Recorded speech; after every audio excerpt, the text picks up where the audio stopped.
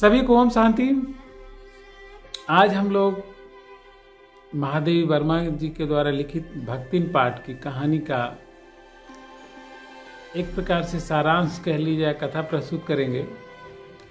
और यह अध्यापन या टीचिंग की एक नई स्टाइल है कहानी कहना भी, ताकि बच्चों की समझ में आ जाए और उनको याद भी रहे। तो दोनों ही चीज़ों का संयोग होना बहुत आवश्यक है, क्योंकि कोई भी कितना अच्छा पढ़ा ले, अगर छात्रों को याद न आया, उनकी समझ नहीं आया, तो उचित नहीं हो सकता। तो हमें पूरा विश्वास है कि आप लोग इस कहानी को सुनेंगे और सुनने के बाद आपके मन में कहानी बैठ जाए, इसलिए एकाग्रचित होकर सुनेंगे, तभी फिर असली इस कहानी का आनंद आएगा। तो जो भक्तिन कहानी है, यह वास्तव में यथार्थ कहानी है, जो कि महादेवी वर्मा जी जो प्रयागराज की एक प्रख्यात लेखिका थी, कवयित्री थी और साहित्य जगत की एक मानी जानी हस्ती थी, तो उनके अपने निजी जीवन पर आधारित है। और महादेवी वर्मा जी के द्वारा लिखित स्मृति की रेखाओं में यह लेख संकलित है, और उसमें यह लेख संकलित है भक्तिन का।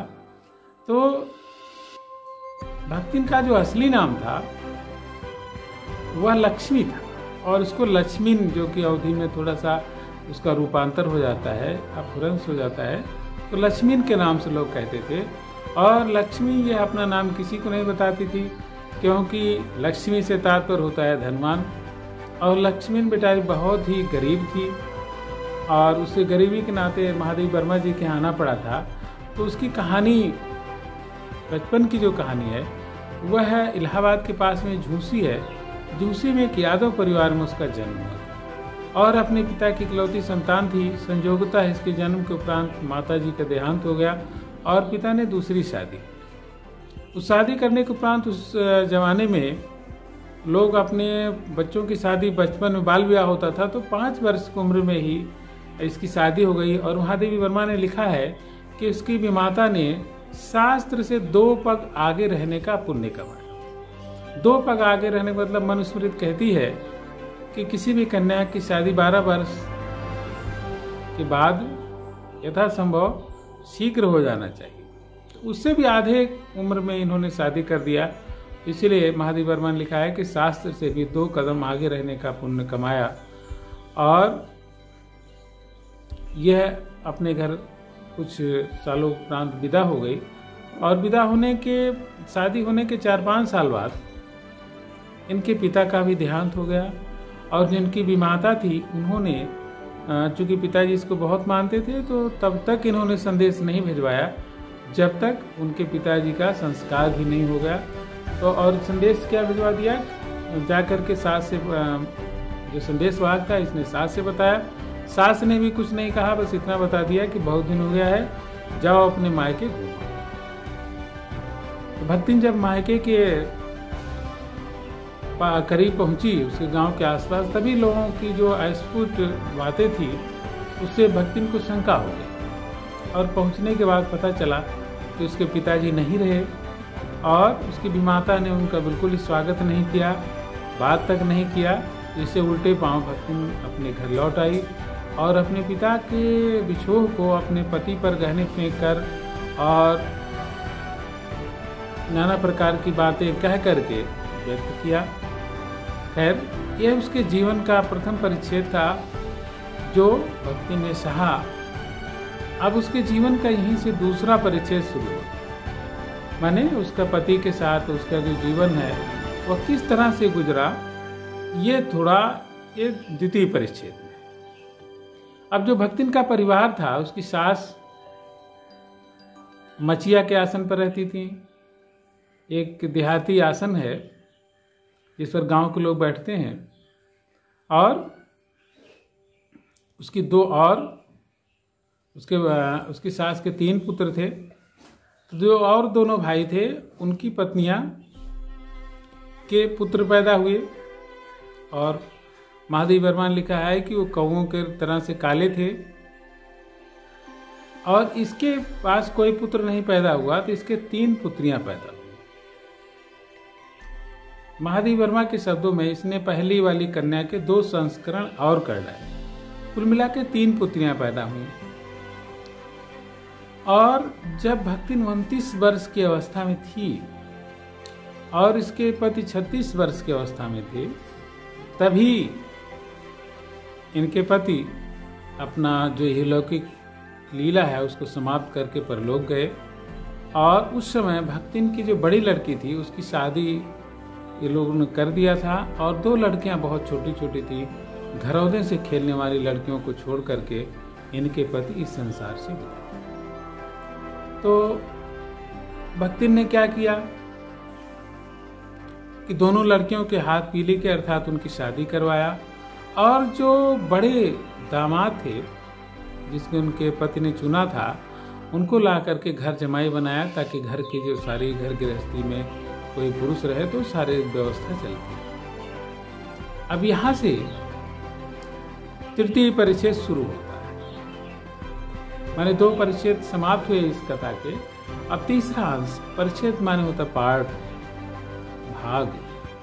ये तीसरा भाग भक्तिन के जीवन का शुरू होता है, और यह भी एक विचित्र संयोग रहा कि जैसे ही भक्तिन की जो बड़ी लड़की थी युवती क्योंकि शादी बचपन हो गई थी, तो जैसी वो जवान हुई वैसे ही इनके पति का भी देहांत। अब पति के देहांत के अनंतर जो बड़ी लड़की के लिए नाना प्रकार के वरों की तलाश शुरू हुई, उसमें अन्य वरों को इनके घर वालों ने अमान्य कर दिया, इसलिए कि अगर दूसरा कोई आ जाएगा तो संपत्ति में बंटवारा हो जाएगा। और इसके बड़े भाई लोग चाहते थे, जेठ वगैरह चाहते थे, जेठ और जेठ के लड़के दोनों लोग ही, कि ऐसा कोई वर आ जाए जिसके माध्यम से कालांतर में संपत्ति इनकी हो जाए। ऐसा इन लोगों का विचार था। तो जेठोत माने जेठ का बड़ा लड़का अपने ही साले को ले आया, जो कि बिल्कुल ही निकम्मा था, और तीतर वगैरह उस जमाने में लोग, एक पक्षी होता है तीतर, तो उसको लड़ाने का काम, जैसे लोग मुर्गा भेड़ वगैरह लड़ाते हैं वैसे तीतर भी लोग लड़ाते थे। आज के युग में यह विलुप्त प्राय प्राणियों में से है। यह पक्षी भारतवर्ष में विलुप्त हो रहा है, इसके बचाने के संरक्षण के प्रयास किए जा रहे हैं, तो उसको लड़ाते थे। ऐसा वो निकम्मा टाइप का लड़का था। इसलिए अब क्या हुआ कि बड़ी लड़की ने उस वर को अमान्य कर दिया, अर्थात उसको अस्वीकार कर दिया कि हमें ऐसा वर नहीं चाहिए, उसको कबूल नहीं। लेकिन क्या हुआ कि उसके जो अन्य जेठौत लड़के थे वो सब किसी प्रयास में रहने लगे कि किसी प्रकार से कोई उपाय निकाला जाए जिससे इन दोनों की शादी हो और संपत्ति हमारी। इसी प्रकार उन लोगों ने एक षड्यंत्र किया कि भक्तिन जब किसी दिन नहीं थी तो ये जो लड़का था ये जा करके इनके घर में घुसा और अंदर से ही सांकल किवाड़ बंद कर लिया। लेकिन भक्तिन की लड़की बहुत ही वीर थी, उसने खूब बढ़िया से मरम्मत किया, अर्थात खूब कुटाई किया, मारा, और मार करके उसने किवाड़ खोले और उसको धकेल से बाहर निकाला। लेकिन इसी बीच अन्य लोगों गांव के लड़कों को हल्ला करके ले आए और लोगों ने कहा कि नहीं, दोनों एक ही कमरे में थे, ऐसा वैसा। लेकिन भक्तिन की लड़की ने कहा अगर ऐसी मेरी समझ से आया था तो मैंने इसे फिर क्यों मारा। इसके गाल पे देखिए मेरे हाथों के निशान है और इसकी मैंने झापड़ों से खूब बढ़िया पिटाई किया है। लेकिन अब जो पंचायत थी वह पंच परमेश्वर, जो प्रेमचंद की कहानी है जिसमें पंच के लोग न्याय करते हैं, वह पंचायत नहीं थी। वह अन्याय वाली पंचायत थी जिसमें लोगों ने कहा कि इस कलयुग के दोषों का परिमार्जन तभी हो सकता है जब लोग एक साथ रहने वाले एक कमरे से अगर पकड़े गए हैं तो उनका शादी करवा दिया जाए। तो इस पंचायत के इस फरमान के खिलाफ भक्तिन की लड़की ने अपने वोट काट लिए और खून बह निकला और भक्तिन बहुत ही अंगार नेत्र वाली हो गई, गुस्सा किया। लेकिन उस जमाने में लोगों को कोई बस नहीं चला और लोगों ने अर्थात इनके जेठौत के लड़कों ने भक्तिन की बड़ी लड़की की शादी उससे करवा दी। अब ऐसा हो जाए अगर शादी ही अमान्य हो और लोगों का मन न रमता हो तो घर गृहस्थी चौपट हो जाएगी। और हुआ यही कि भक्तिन का पूरा परिवार तहस-नहस हो गया और भक्तिन अपने खेतों का लगान भी नहीं दे पाई और उसके एवज में जमींदार ने उसे दिन भर धूप में खड़ा रखा और भक्तिन यह अपना अपमान सहन नहीं कर पाई। परिणाम क्या हुआ कि भक्तिन प्रयागराज के में आकर के महादेवी वर्मा के पास सेवक धर्म के लिए उपस्थित हुई। तो यह उसके जीवन का चौथा परिचय होता है, और जिसको महादेवी वर्मा ने जिसके अंत में लिखा है कि यह तभी समाप्त होगा जब दोनों में से किसी एक का जीवन अंतिम सांसें खत्म हो जाएंगी। और उन्होंने बड़ा स्नेह इस परिच्छेद में डाला है भक्तिन के प्रति, वह हम लोग देखते हैं। तो जब इनके यहाँ सेवक धर्म उपस्थित हुई तो महादेवी वर्मा जी ने उनके एक स्केच खींचा है कि उसने अपना सिर मुड़ा रखा था और जो धोती से अपने सर को ढक रखा था, और दोनों कान खुले रखे थे ताकि वह बातों को सुन सके। तो यह भी एक प्रकार से उसका जो बाह्य रूप है एक भारतीय नारी का, विधवा भारतीय नारी का, वो बहुत ही उन्होंने उससे खींचा है कि भारतीय विधवा नारियां क्या करती थी इस जमाने में कि अपने केसों का मुंडन करवा लेती थी और सिर पर कोई बाल वगैरह नहीं रहते थे, कोई आभूषण नहीं पहनती थी, प्राय सफ़ेद साड़ी पहनती थी। तो इस सब का उन्होंने वर्णन किया। तो जब आई तो उन्होंने पूछा भाई आप क्या क्या कर लेती हैं। उनका सब्जी वगैरह बना लेती हैं, रोटी बना लेती हैं, और शहर के लोग कोई कलाकंद थोड़ी खाते हैं। अवधी भाषा में उन्होंने पूरा अपना बताया कि शहर के लोग कोई कलावती थोड़ी खाते हैं। सब्जी बनाए ले थे, दाल रांध ले थे, पूरा उन्होंने अवधि में बताया। तो खैर महादेवी वर्मा ने इनको अनुमति प्रदान किया कि रहें। तो प्रातः काल में इन्होंने अपने सिर पर स्नान करके और महादेवी वर्मा की धुली हुई धोती को गंगा जल के छींटों से पवित्र करके और सूर्य भगवान को अर्घ्य दे करके महादेवी वर्मा इनके घर में सेवक धर्म में प्रतिष्ठित हुई। और उन्होंने एक कोयले से एक मोटी रेखा खींच दिया कि ये हमारी रेखा है, लक्ष्मण रेखा है, इसके बाहर सारे लोग रहेंगे, खुद महादेवी वर्मा जी भी। और हम चूंकि रसोई से बाहर की कोई चीज़ नहीं खाते तो लिहाजा इसके अंदर कोई प्रवेश नहीं करेगा। उस जमाने में छुआछूत का ज़माना था, तो लोग अपना विचित्र रस्म रिवाज थे उसका पालन करते। खैर इन्होंने भोजन बनाया और बहुत मोटी मोटी रोटियां बनाई और गाड़ी दाल के साथ महादेवी वर्मा को दिया फूल की थाली में। फूल एक धातु है, मिश्र धातु है, उसकी थाली में। तो महादेवी वर्मा ने रोटी को देख करके उनको तो रोना आ गया कि कैसा सेवक आ गया भाई। खैर किसी तरह से उन्होंने कहा कि भाई अगर गुड़ होता तो काम चल जाए या अन्य कैसे भी, लेकिन महादेवी वर्मा ने किसी तरह से खाना खाया और वह अपना कॉलेज में प्रोफेसर को पढ़ाने चली गई। लेकिन महादेवी वर्मा ने लिखा है कि भक्तिन बहुत ही वाक्पटु थी, अर्थात वो तरह तरह के बहाने बनाना जानती थी। महादेवी वर्मा जी ने अपने यहाँ जितने लोग काम करते थे सबको ये नियम रखा कि अब सब लोग का अंगूठा नहीं लिया जाएगा, सब लोग अपना हस्ताक्षर करेंगे, अर्थात कम से कम पढ़ना लिखना सीख लेंगे।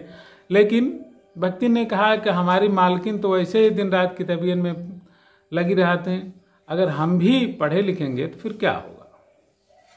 तो इस तरह का बहाना देकर के वो पढ़ने लिखने से मुक्ति पा गई और वह जो जिन लोगों को पढ़ाया जाता प्रौढ़ शिक्षा के अंतर्गत उन पर टीका टिप्पणी का भी अधिकार पा गई। एक बार महादेवी वर्मा जी कापियाँ चेक कर रही थी तो बहुत व्यस्त थी, तो भक्ति ने सबसे कहा अरे भाई सब लोग इसमें हाथ बटा लें।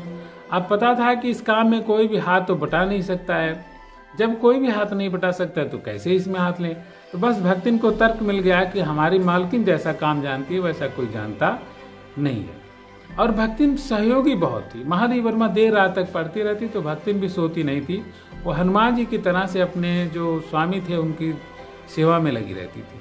और वह मदद के लिए जैसे महादेवी वर्मा जी किसी किताब की तरफ इशारा करती, उसका रंग बताती तो तुरंत वो किताब निकाल के दे देती। ये क्षमता उसमें बहुत गजब की थी। और कभी पुदीने की चाय, कभी नाना प्रकार के चाय वगैरह और पेय पदार्थ बना करके महादेवी वर्मा की सेवा किया करती थी ताकि उसके स्वामी को कोई कष्ट ना हो। अब महादेवी वर्मा ने इसमें थोड़ा एक हास्य रस का पुट डाला है। उन्होंने लिखा है कि भक्तिन जेल से बहुत डरती और जेल की दीवारों से इस प्रकार से उसको मूर्छा आ जाती थी, वह मूर्छित हो जाती तो उसको लोग चिढ़ाया करते। लेकिन जब स्वतंत्रता आंदोलन में ऐसा हुआ कि महादेवी वर्मा जी भी भाग ली और लोगों ने कहा कि अभी जेल जा सकती हैं, तो भक्ति ने कहा भाई अगर स्वामी जेल जाएगा तो हमें भी जेल जाना पड़ेगा। और उसके लिए वो बार बार महादेवी वर्मा से पूछती रहती थी कितनी धोतियाँ रख ले, क्या कर ले। महादेवी वर्मा ने लिखा है कि जेल में किसी को जाने का अधिकार नहीं होता था, लेकिन भक्ति ने कहती थी कि कैसे हो सकता है, अगर स्वामी जाएगा तो सेवक भी जाएगा, और इसके लिए चाहे हमें गवर्नर से लड़ना पड़े, बड़े लाट से भी लड़ना पड़े, तो भी भक्ति ने काम करेगी, लेकिन अपने स्वामी को अकेले नहीं जाने। तो बड़ा स्नेह था भक्तिन का। और जब युद्ध शुरू हो गया था तो सारे लोग इलाहाबाद से भागने का प्रयास कर रहे थे, तो भक्ति ने भी महादेवी वर्मा से कहा कि भाई हम लोग भी गांव चलें।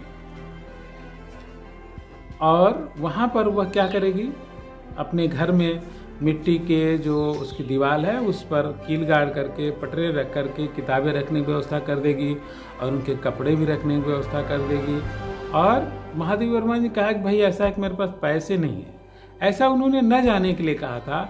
लेकिन भक्तिन जो कि बहुत ही कंजूस थी, और महादेवी वर्मा जी के बच्चे खुचे जो फुटकर पैसे रहते थे वो गायब कर हो जाते थे, वो कहीं रख देती थी।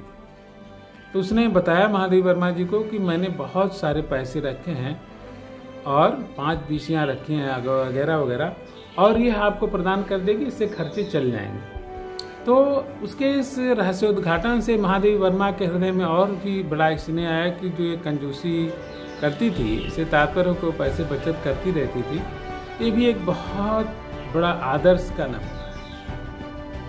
और वो स्वामी को प्रसन्न रखने के लिए कभी कभी कुछ अगर झूठ बोल देती थी, तो इस पर भी कहती थी कि ऐसा कौन सा सेवक है जो स्वामी को खुश न रखे।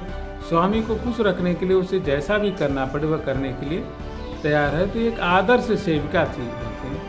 और महादेवी वर्मा ने लिखा है कि अगर कौन सा ऐसा सेवक होगा जो स्वामी को डांट देने पर भी हंस दे, और उसे बाहर जाने के लिए कहने पर भी वह सेवक खड़ा रहे और अपने स्वामी के आदेश को न माने। एक ऐसा ही एक अटूट गठबंधन महादेवी वर्मा और भक्तिन के बीच बन गया था। और महादेवी वर्मा ने उनको लिखा है कि जब किसी के जाने का समय आएगा तो कौन धोती संभालेगा, कौन क्या करेगा, लेकिन भक्तिन जैसा सेवक मिलना इस सबको नसीब नहीं होता है। और महादेवी वर्मा की महानता के पीछे ऐसे सेविकाओं की भी बहुत भूमिका रही है। तो भक्तिन भी धन्य है, और भारत के आदर्श नारी में मुझे लगता है कि हम सब के हृदय में उसका सदैव सम्मान रहेगा। अब ये जो छात्रों के लिए है कि ये जो आपने कहानी सुनी है, इसके जो चारों परिच्छेद हैं इसको ध्यान में रखें, और इस पाठ से बहुत ही विशेष प्रश्न करके आते हैं, व्याख्या भी आती है और गद्यांश भी इसमें आते हैं, प्रश्न भी पूछे जाते हैं। तो यह पाठ विशेष महत्वपूर्ण है, इसलिए इसको अवश्य ध्यानपूर्वक पढ़ें और आपके अच्छे अंक आएँ, इसके लिए शुभकामना। और जो सीबीएसई बोर्ड के विद्यार्थी नहीं हैं वो लोग भी ये कहानी सुने होंगे, तो इसमें उनको कहानी का आनंद प्राप्त होगा। तो सबको धन्यवाद।